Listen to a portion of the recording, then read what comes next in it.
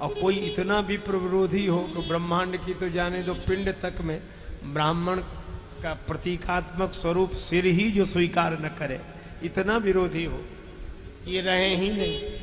भगवान ने कहा सिर के बिना शरीर की कोई शोभा नहीं। बुद्धि में, इस सिर में समझ हो चाहे ना हो, पर तिलक यहीं लगेगा। पूजी विप्रशील गुणहीना, शूद्र न गुणगन ज्ञान प्रवीणा, सापत ताड़त परस कहंता, विप्र पूज्य गावहीं संता। अच्छा, ये भगवान का निज धर्म, सनातन धर्म, कई निज धर्म ता ही समझावा। लेकिन तुलसीदास जी आगे कहते हैं कि राम जी उदार हैं। अच्छा, यह तुलसीदास जी का वैशिष्ट्य है कि वे परंपरा का और आप तो महापुरुषों के द्वारा दी गई व्यवस्था दोनों का सम्मान करते हैं।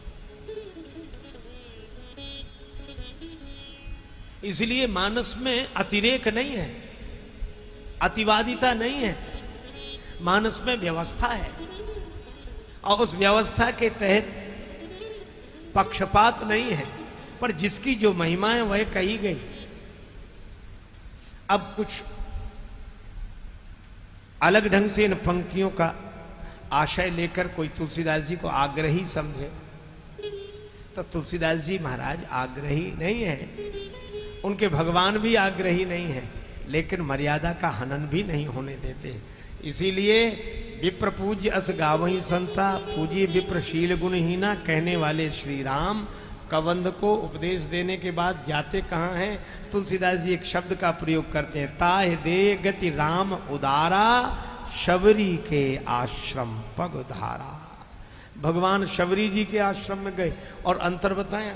लक्ष्मण जी से तो कह रहे थे प्रथम ही विप्र चरण अति प्रीति, और शबरी जी से कहा प्रथम भगति संतन कर संगा।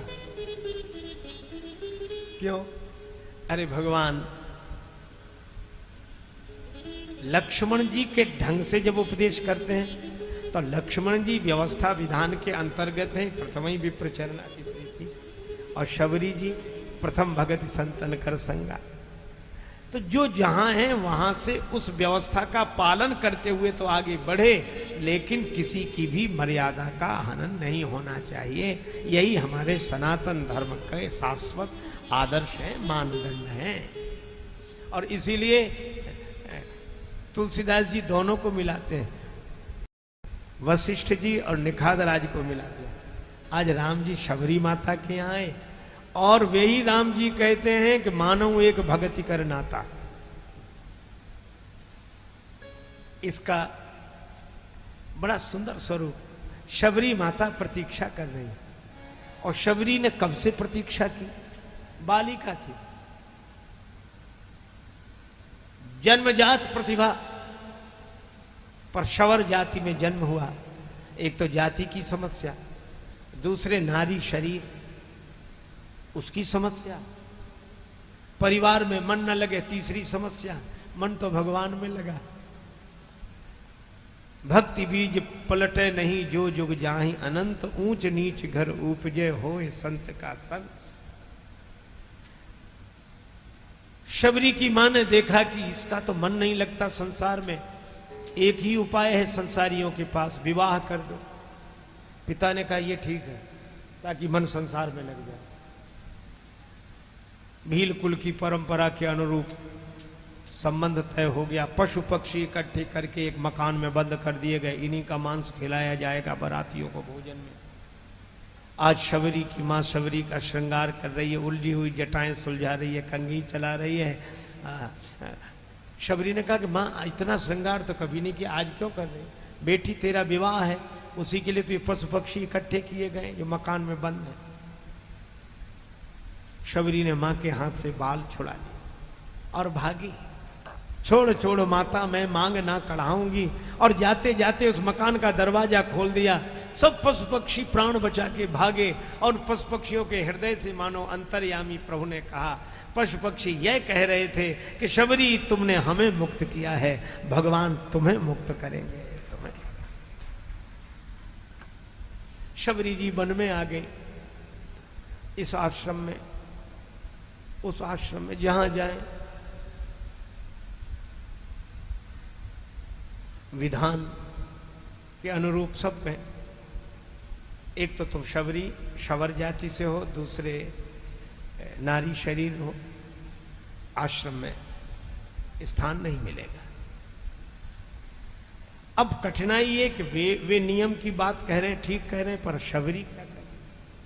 अब रहीम मुश्किल परी कैसे दिवस सिरात, और मीन वियोग न सही सके नीर न पूछे बात। रोती रही, प्रभु मैं क्या करूं।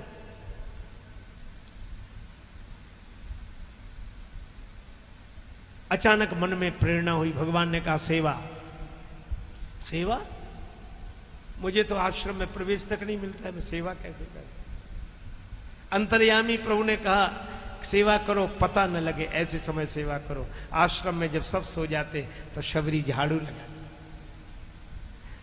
समिधा के लिए जिस लकड़ी की आवश्यकता होती लाकर रख दे, रात को ही पुष्प रख देती। सवेरे ब्रह्मचारी जागे, आश्रम में सब कौन है जिसकी सेवा दिखती है पर सेवक नहीं दिखता। उस आश्रम के प्रमुख ने कहा देखो पता लगाओ कौन है। ब्रह्मचारी रात रात भर जागते, पता नहीं लगता। एक दिन इस कृषकाय बालिका को लकड़ी का गट्ठर पटक कर भागते हुए ब्रह्मचारी ने पकड़ लिया, चलो गुरुजी के पास। अभी भोर नहीं हुई थी, अंधेरा था।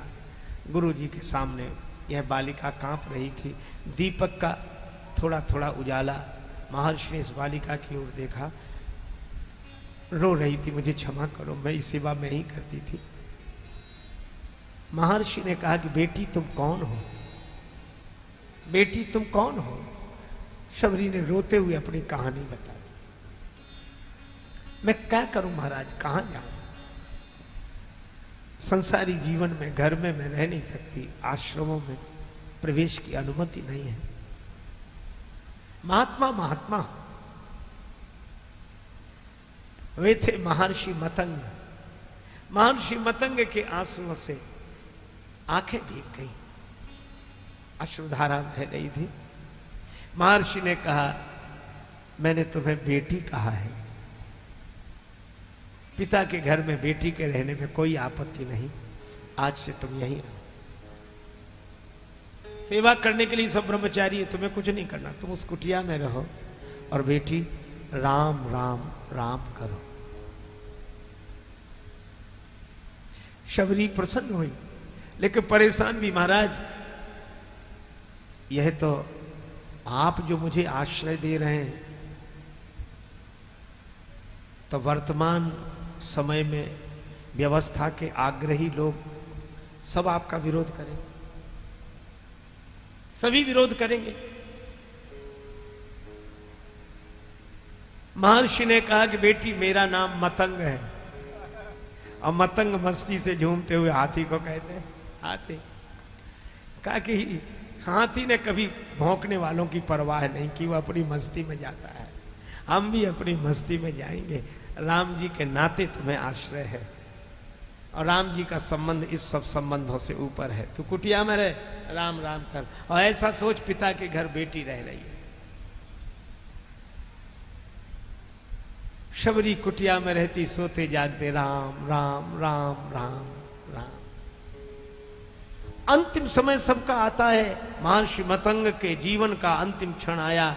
वे प्राणायाम के परायण होकर देहोत्सर्ग करने के लिए तत्पर हुए। सभी ब्रह्मचारी इकट्ठे हुए, सबके आंखों में आंसू। महर्षि जा रहे हैं आज देह त्याग करके। शबरी को पता लगा, रोती रोती आई और पूछा पिताजी आप कहां जा रहे हैं।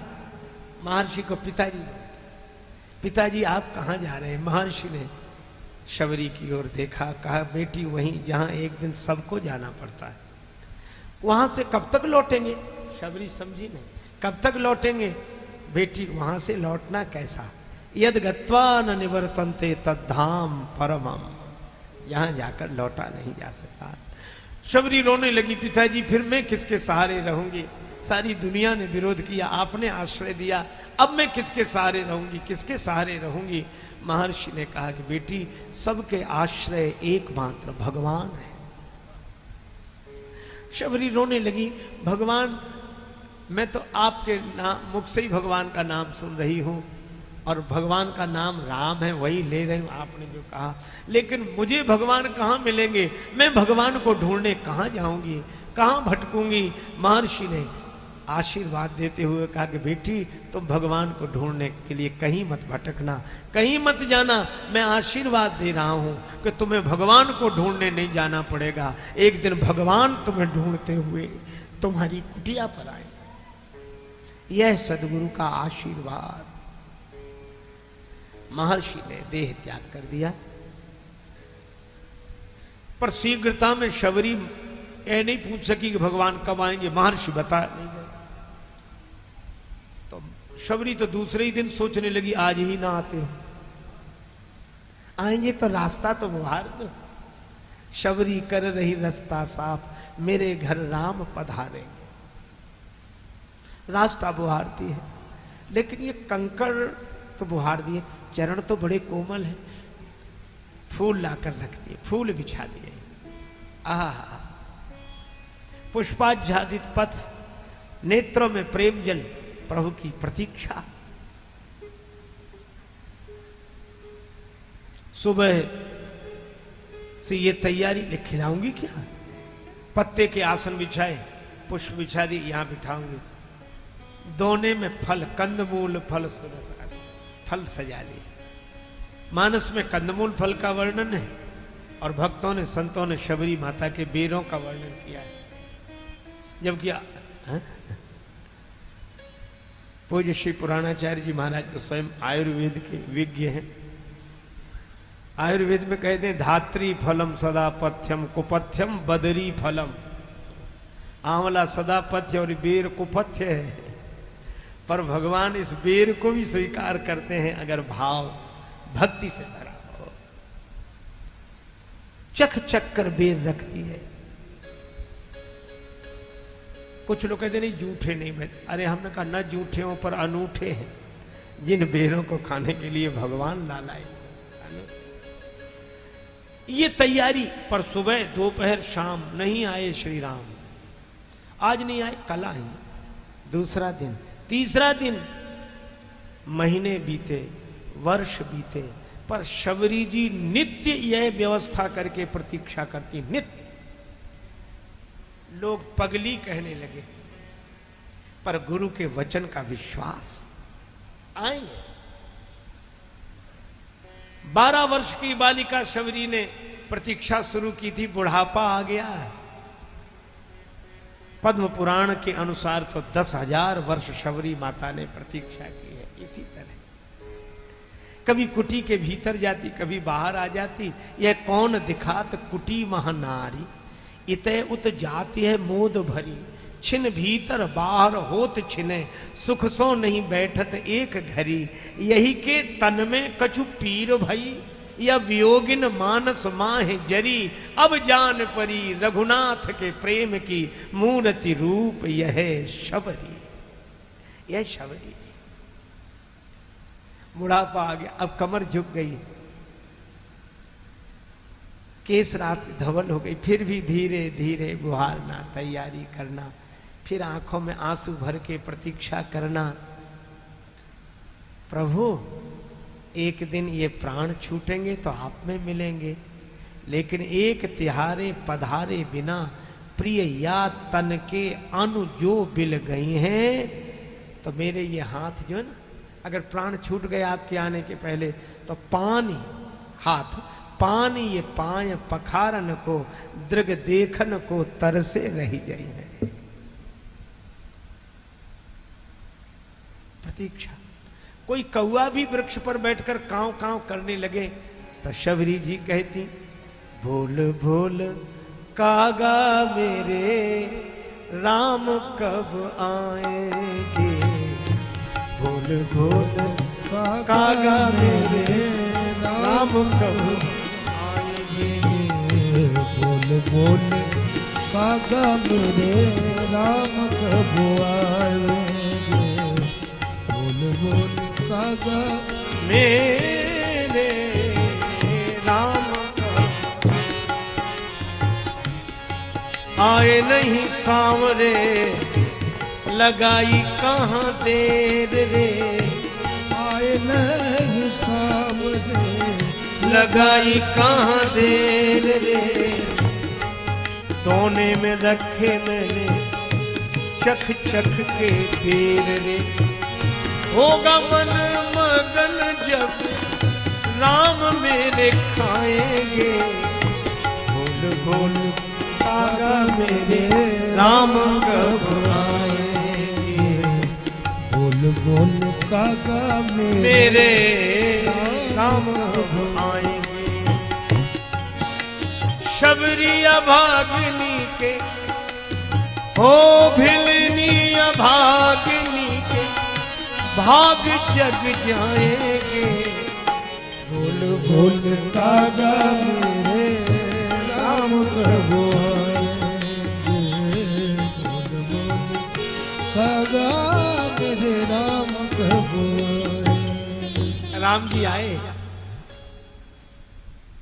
मुनियों ने स्वागत साज सजाए, अपने अपने आश्रमों के द्वार पर खड़े हो गए, स्वस्थ वाचन करते हुए प्रभु पधारे प्रभु पधारे। राम जी ने कहा बाद में।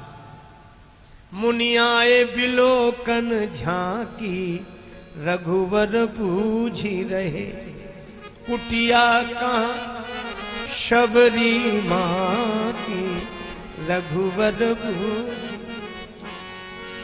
अब गीतावली में श्री तुलसीदास जी कहते हैं शबरी जी रोज सोकर जागती थी, पर आज तो कुछ विशेष बात है।